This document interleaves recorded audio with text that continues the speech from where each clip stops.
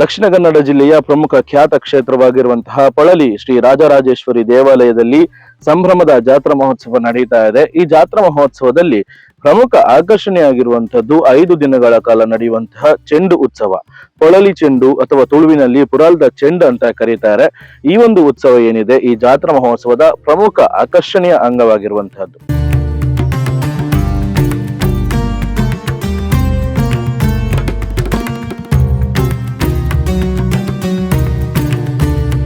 ಈ ಪೊಳಲಿ ಚೆಂಡು ಅಥವಾ ಪುರಾಲ್ದ ಚೆಂಡು ಯಾವ ರೀತಿ ಆರಂಭವಾಯಿತು ಎನ್ನುವುದಕ್ಕೆ ಹಲವಾರು ಪುರಾಣದ ಕಥೆಗಳಿವೆ. ಪುರಾಣದ ಪ್ರಕಾರ ದೇವಿಯು ಆದಿಮಾಯೆಯಾಗಿ ಇದ್ದಂತಹ ಸಂದರ್ಭದಲ್ಲಿ ರಾಕ್ಷಸರನ್ನ ಸಂಹಾರ ಮಾಡಲಿಕ್ಕೆ, ಮುಖ್ಯವಾಗಿ ಚಂಡಮುಂಡರನ್ನ ಸಂಹಾರ ಮಾಡಲಿಕ್ಕೆ ಭದ್ರಕಾಳಿಯಾಗಿ ರೂಪುಗೊಂಡು ಅವರನ್ನ ಸಂಹಾರ ಮಾಡಿದ ಬಳಿಕ ಅವರ ರುಂಡಗಳೊಂದಿಗೆ ಚೆಂಡಾಡಿದ್ದಳು ಎನ್ನುವಂತಹ ವರ್ಣನೆಗಳಿದೆ.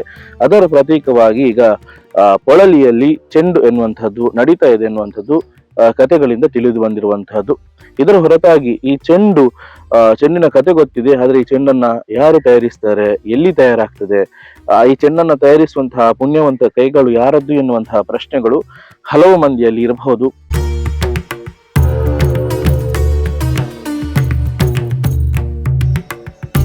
ಇವರು ಪದ್ಮನಾಭ ಸಮಗಾರ, ಪೊಳಲಿ ಶ್ರೀ ರಾಜರಾಜೇಶ್ವರಿ ದೇವಾಲಯದ ಚೆಂಡನ್ನು ತಯಾರಿಸುವವರು.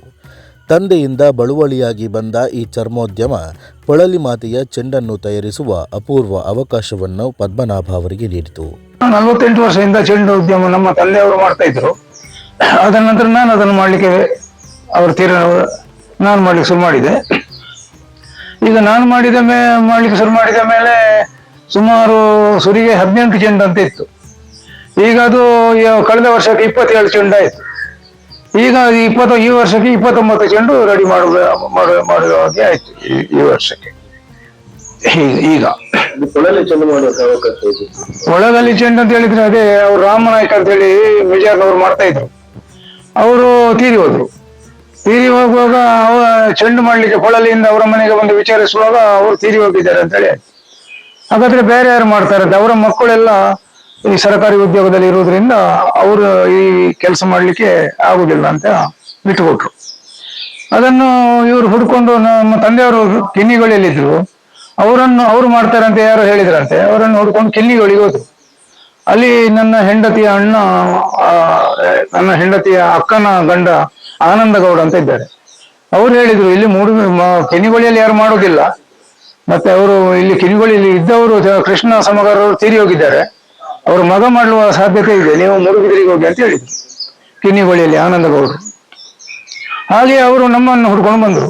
ಫಕೀರಣ್ಣ ಅಂತ ಹೇಳಿ ಪೊಳಲಿಯ ಪ್ರತಿನಿಧಿ, ಅವರು ಚೆಂಡು ಮಾಡುವವರು, ಫಕೀರ ಸಫಳಿಗಂತ. ಅವರು ಬಂದು ನನ್ನನ್ನು ವಿಚಾರಿಸಿ ಚೆಂಡು ಮಾಡುವಂತೆ ನನಗೆ ಕೇಳಿಕೊಂಡ್ರು. ನನ್ನ ಹತ್ರ ಆಗ ಯಾವುದೇ ಅದಕ್ಕೆ ಬೇಕಾಗುವಂತ ಸೌಲಭ್ಯಗಳು ಇರಲಿಲ್ಲ. ಆದರೂ ನಾವು ನಮ್ಮ ಲೋಕಲ್ ಚೆಂಡುಗಳಿಗೆ ತಂದ ಚರ್ಮವನ್ನು ನಾನು ಉಪಯೋಗಿಸಿ ಮಾಡಿಕೊಡ್ತೇನೆ ಅಂತ ಹೇಳಿ ಮಾಡಿಕೊಟ್ಟೆ. ಪೊಳಲಿಯ ಚೆಂಡು ಬೃಹತ್ ಗಾತ್ರವನ್ನು ಹೊಂದಿದ್ದು 27ರಿಂದ 28 kg ತೂಗುತ್ತದೆ. ಇನ್ನು ಅನೇಕ ಮಧ್ಯಮ ಹಾಗೂ ಸಣ್ಣ ಗಾತ್ರದ ಚೆಂಡನ್ನು ಇವರು ತಯಾರಿಸಿದ್ದಾರೆ. ಗಾಡಿ ಎತ್ತಿನ ಚರ್ಮವನ್ನು ಬಳಸಿ ಈ ಚೆಂಡನ್ನು ತಯಾರಿಸಲಾಗ್ತದೆ. ಈ ಚೆಂಡಿನ ಒಳಗಡೆ ಒದ್ದೆಗೊಳಿಸಿದಂತಹ ತೆಂಗಿನ ನಾರನ್ನು ಇಡಲಾಗ್ತದೆ. ಈ ಮೂಲಕ ಈ ಚೆಂಡು ಭಾರವನ್ನು ಹೊಂದುತ್ತದೆ. ಪದ್ಮನಾಭ ಅವರು ತನ್ನ ಸ್ವಂತ ಚರ್ಮೋದ್ಯಮವನ್ನು ಹೊಂದಿರುವುದರ ಜೊತೆಗೆ ಮೂಡಬಿದ್ರೆಯ MCS ಬ್ಯಾಂಕ್ನ ನಿರ್ದೇಶಕರು ಕೂಡ ಆಗಿದ್ದಾರೆ. ನನಗೆ ಅದರ ಅನುಭವ ಸಹ ಹೆಚ್ಚು ಇರದ ಕಾರಣ ಅದು ನನಗೆ ಸಹ ಗೊತ್ತಾಗಬೇಕು. ಆ ನಂತರ ಅದನ್ನು ಸರಿ ಮಾಡಿ ಕೊಟ್ಟು 5 ದಿವಸದ ಚೆಂಡು ಚಂದದಲ್ಲಿ ಅವರು ನೆರವೇರಿಸಿದರು.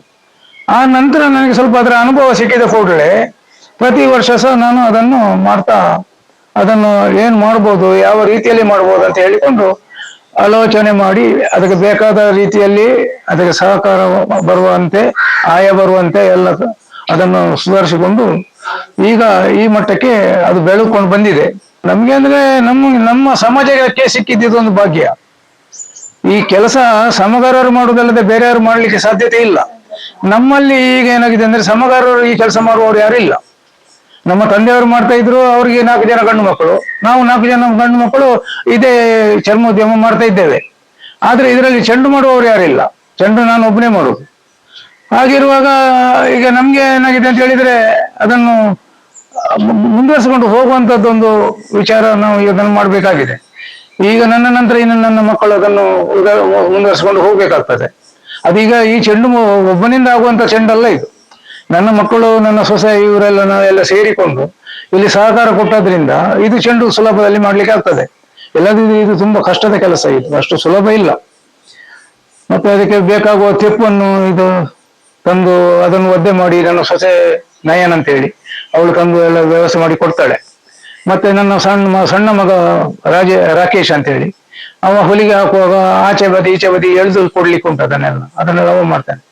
ತುಂಬಿಸುವಾಗ ನನ್ನ ದೊಡ್ಡ ಮಗ ಒಂದು ಒನಕೆಯಲ್ಲಿ ಅದನ್ನು ಬುದ್ಧಿ ಎಲ್ಲೆಲ್ಲಿಗೆ ಅದನ್ನು ತುಂಬಿಸಿ ಅದನ್ನೆಲ್ಲ ಮಾಡ್ಬೇಕಂತ ಹೇಳಿಕೊಂಡು ಅದನ್ನೆಲ್ಲ ಅವ ಮಾಡಿಸಿ ಕೊಡ್ತಾನೆ. ಅದು ಒಬ್ಬನಿಂದ ಆಗುವಂತ ಕೆಲಸ ಅಲ್ಲ, 3-4 ಜನದ ಕೆಲಸ ಉಂಟು ಅದರಲ್ಲಿ. ಹೀಗೆ ಹಾಗೆ ಪೊಳಲಿಗೆ ಚೆಂಡಿಗೆ ಒಂದು 3 ದಿವಸ ಬೇಕಾಗ್ತದೆ. ಅಮೃತೇಶ್ವರ ಚೆಂಡಿಗೆ ಒಂದು 2 ದಿವಸ ಬೇಕಾಗ್ತದೆ. ಈ ತರ ಲೋಕಲ್ ಚೆಂಡುಗಳಿಗೆ 1 ದಿವಸ ಬೇಕಾಗ್ತದೆ. ಅದೇ ಪೊಳಲಿಯ ಚೆಂಡು ಅಂತ ಹೇಳಿದ್ರೆ ನಾವು ಫಸ್ಟಿಗೆ ದೇವಸ್ಥಾನಕ್ಕೆ ಹೋಗಿ ಅಲ್ಲಿ ಮಾಧವ ಭಟ್ರು ಅಂತ ಇದ್ದಾರೆ ಪೊಳಲಿಯಲ್ಲಿ, ಅವ್ರ ಹತ್ರ ನಾವು ಚರ್ಮ ತರಲಿಕ್ಕೆ ಬೆಂಗಳೂರಿಗೆ ಹೋಗ್ತಿದ್ದೇವೆ. ನಮ್ಗೆ ಪ್ರಾರ್ಥನೆ ಮಾಡಿ ಪ್ರಸಾದ ಕೊಡ್ಬೇಕಂತ ಹೇಳಿದ್ರೆ ಅವರು ದೇವರ ಮುಂದೆ ನಿಂತು ಅದಕ್ಕೆ ದೇವರ ಹತ್ರ ಪ್ರಾರ್ಥನೆ ಮಾಡಿಕೊಂಡು ಮತ್ತೆ ನಮ್ಗೆ ಅದಕ್ಕೆ ಪ್ರಸಾದ ಕೊಡ್ತಾರೆ. ಪ್ರಸಾದವನ್ನು ಹಿಡ್ಕೊಂಡು ನಾವು ಬೆಂಗಳೂರಿಗೆ ಹೋಗಿ ಅದಕ್ಕೆ ಬೇಕಾಗುವ ಕಚ್ಚಾ ಚರ್ಮವನ್ನು ಅಲ್ಲಿ ಇಡೀ ಬೆಂಗಳೂರಲ್ಲಿ ಸುತ್ತಾಟ ಮಾಡಿ, ಕೆಲವು ಅಂಗಡಿಯಲ್ಲಿ ಸಿಗ್ತದೆ, ಕೆಲವು ಅಂಗಡಿಯಲ್ಲಿ ಇರುವುದಿಲ್ಲ. ಅವರು ಕೊಟ್ಟದನ್ನು ನಾವು ತಂದ್ರೆ ಇಲ್ಲಿ ನಮ್ಗೆ ಉಪಯೋಗಕ್ಕೆ ಬರುವುದಿಲ್ಲ. ಅದು ನಾವು ಹೆಕ್ಕಿ ತೆಗಿಲಿಕ್ಕೆ ಕೆಲವು ಅಂಗಡಿಯಲ್ಲಿ ಅವರು ಬಿಡುವುದಿಲ್ಲ, ಅವ್ರು ಕೊಟ್ಟದನ್ನು ತರಬೇಕಾಗ್ತದೆ. ಹಾಗೆ ಕೆಲವು ಸಮಸ್ಯೆಗಳು, ಆದ್ರೆ ಕೆಲವರು ಅದರಲ್ಲಿ ಒಳ್ಳೆಯವರು ಅಲ್ಲಿ ಹುಡುಕಿ ತೆಗಿಲಿಕ್ಕೆ ಬಿಡ್ತಾರೆ. ಹಾಗೆ ಒಂದು 30-35 kg ಚರ್ಮವನ್ನು ನಾವು ಜನವರಿಯಲ್ಲೇ ತಂದು ಸುಮಾರು 27-29 ಚೆಂಡು ಹೀಗೆ ವರ್ಷಕ್ಕೆ ನಮ್ಗೆ ಇದು ಕೆಲಸಕ್ಕೆ ಬರ್ತದೆ. ಅದರಲ್ಲಿ ಅದು ತಂದ ಚೆಂಡನ್ನು ಅದಕ್ಕೆ ಬೇಕಾದ ಅಳತೆಗಳನ್ನಿಟ್ಟು ಅದನ್ನು ಉರುಂಟಿಗೆ ಗೋಲಕಾರ ಅದನ್ನು ಕಟ್ಟು ಮಾಡಿ ಅದಕ್ಕೆ ತೂತು ತೆಗೆದು ಪಂಚೆಯಿಂದ ಆ ನಂತರ ಅದನ್ನು ಹೊಲಿಗೆ ಅರ್ಧಕ್ಕೆ ಅರ್ಧ ಹೊಲಿಗೆ ಹಾಕಿ ಆ ನಂತರ ಈ ಚಂಡಿ ಮಾಡಿದ ಈ ತೆಂಗಿನ ನಾರನ್ನು ಒದ್ದೆ ಮಾಡಿ ಒನಕೆಯಿಂದ ತುಂಬಿಸಿ ಕುಟ್ಟಿ ಅದನ್ನು ಆಯಕ್ಕೆ ತರಬೇಕಾಗ್ತದೆ. ಆದ ನಂತರ ಆ ಬದಿ ಈ ಬದಿ ಆ ಬದಿ ಹೀಗೆ ಹೊಲ್ದು ಹತ್ರ ಬಂದಾಗ ಅದಕ್ಕೆ ಒಂದು ಲಾಸ್ಟಿಗೆ ಗಂಟು ಅಂತ ಹೇಳ್ತಾರೆ. ಆ ಗಂಟನ್ನು ಅಂತಿಮ ಗಂಟು, ಅದು ಅಂತಿಮ ಗಂಟು ಹಾಕಿದ್ರೆ ಮತ್ತೆ ಅದು ಅದಕ್ಕೆ ಪಟ್ಟಿ ಕೊಡ್ಲಿಕ್ಕೆ ಉಂಟು. ಅದು ಒಳಗಿನ ಹೊಲಿಗೆ ಕಾಣದ ಹಾಗೆ ಆ ಪಟ್ಟಿ ಕೊಟ್ಟದನ್ನು ಒಂದು ಹೊಲಿಗೆ ಬಿಟ್ಟು ಒಂದು ಹೊಲಿಗೆಗೆ ಪಟ್ಟಿಯನ್ನು ಎಳಿಬೇಕು. ಎಳೆದ ನಂತರ ಅದನ್ನು ನಾವೊಂದು ಪೊಲಿಮನೆ ಅಂತ ಹೇಳ್ತೇವೆ. ಆ ಪೊಲಿಮನೆಯಲ್ಲಿ ಅದಕ್ಕೆ ಚೆಂಡಿಗೆ ಎಲ್ಲಿಯಾದ್ರೂ ವ್ಯತ್ಯಾಸಗಳು ಬಂದಲ್ಲಿ ಅದನ್ನು ತಟ್ಟಿ ಅದನ್ನು ಸರಿಯ ಒಂದು ರೂಪ ಆಯ ಬರುವ ಹಾಗೆ ಅದನ್ನು ತಟ್ಟಿ ಅದನ್ನು ಆಯಕ್ಕೆ ತರಬೇಕು. ಅಲ್ಲಿಂದ ಬಂದ ಮೇಲೆ ಚರ್ಮವನ್ನು ತಂದ ಮೇಲೆ ಪುನಃ ಪೊಳಲಿಗೆ ಹೋಗಿ ಅದಕ್ಕೆ ಭಟ್ರ ಹತ್ರ ನಾವು ಚರ್ಮ ತಂದಿದ್ದೇವೆ, ಇನ್ನು ಒಳ್ಳೆ ರೀತಿಯಲ್ಲಿ ಕೆಲಸ ಆಗುವಾಗ ದೇವರು ನಮ್ಗೆ ಅನುಗ್ರಹ ಮಾಡಬೇಕಂತ ಹೇಳಿ ಪುನಃ ಪ್ರಾರ್ಥನೆ ಮಾಡ್ಲಿಕ್ಕೆ ಉಂಟು. ಆ ನಂತರ ಅಲ್ಲಿ ಪೊಳಲಿಗೆ ಇಲ್ಲಿ ಕುತ್ತಿಗೆ ದೇವಸ್ಥಾನಕ್ಕೆ ಬಂದು ಅವರು ಅಲ್ಲಿ ಪೊಳಲಿ ಜಾತ್ರೆಗೆ ದಿವಸ ಇಡ್ತಾರೆ ಯಾವಾಗ ಅಂತೇಳಿ. ಅದಕ್ಕೆ ಫಸ್ಟ್ ಚೆಂಡು ಯಾವಾಗ ಅಂತ ಹೇಳಿಕೊಂಡು ನಮ್ಗೆ ಅವರು ಇಲ್ಲಿ ಬಂದು ಹೇಳ್ಬೇಕು. ಪೊಳಲಿ ದೇವಸ್ಥಾನದಿಂದ ಬಂದು ಹೇಳ್ತಾರೆ, ವಿಡಿಯೋ ಕೊಟ್ಟು ಹೋಗ್ತಾರೆ. ಕೊಟ್ಟು ಮತ್ತೆ ಅವರು ಚೆಂಡು ಈಗ ಒಂದು ಏಪ್ರಿಲ್ 5ಕ್ಕೆ ಇರ್ತದೆ, ಇಲ್ಲ 6ಕ್ಕೆ ಇರ್ತದೆ. ಈ ಸಲ 6ಕ್ಕೆ ಅಂತೇಳಿ ಬಂತು. ಹಾಗೆ 6ಕ್ಕೆ ಅವರು ಬೆಳಿಗ್ಗೆ ಸುಮಾರು 9 ಗಂಟೆಗೆ ಒಂದು 10-15 ಜನ ಬರ್ತಾರೆ ಪೊಳಲಿಯಿಂದ. 10-15 ಜನ ಅದು ದೇವರದ್ದು ಪ್ರಸಾದ, ಮಲ್ಲಿಗೆ, ಅಕ್ಕಿ, ತೆಂಗಿನಕಾಯಿ, ಮತ್ತೆ ಇದು ಸ್ವಲ್ಪ ಹಣ, ಅದಕ್ಕೆ ಸಂಭಾವನೆ ಅಂತ ಹೇಳ್ತಾರೆ, ಅದನ್ನು ತಂದು ಇಲ್ಲಿ ದೇವರಲ್ಲಿ ಪ್ರಾರ್ಥನೆ ಮಾಡಿಕೊಂಡು ನಮ್ಮ ಮನೆಯ ದೇವರು ಮಹಾಮಯ ಎದುರಿಗೆ ಆ ಚೆಂಡನ್ನು ಇಟ್ಟು ಇಲ್ಲಿ ಚೆಂಡೆ ವಾದ್ಯಗಳಿಂದ ಅದನ್ನು ಆರತಿ ಮಾಡಿ ಬಂದವರಿಗೆಲ್ಲ ಅದಕ್ಕೆಲ್ಲ ಒಳ್ಳೆತನವನ್ನೆಲ್ಲ ಬೇಡಿ ಅದನ್ನೆಲ್ಲ ಹಸ್ತಾಂತರಿಸುವ ಒಂದು ಕಾರ್ಯಕ್ರಮ. ನಾನು ಸುಮಾರು 27 ವರ್ಷದಿಂದ MCS ಬ್ಯಾಂಕಿನ ಡೈರೆಕ್ಟರ್ ಆಗಿದ್ದೇನೆ ಮೂಡುಬಿದಿರೆಯ. ಪದ್ಮನಾಭ ಸಮಗಾರ್ ಅವರು ತಮ್ಮ ಕುಲಕಸುಬಿಗೆ ಕಸುಬು ತುಂಬುವ ಕೆಲಸವನ್ನು ತಮ್ಮ ಕುಟುಂಬಿಕರನ್ನ ಒಟ್ಟು ಸೇರಿಸಿಕೊಂಡು ಈ ಚೆಂಡು ತಯಾರಿಸುವ ಮೂಲಕ ಮಾಡುತ್ತಿದ್ದಾರೆ ಎಂದರೆ ತಪ್ಪಾಗಲಾರದು.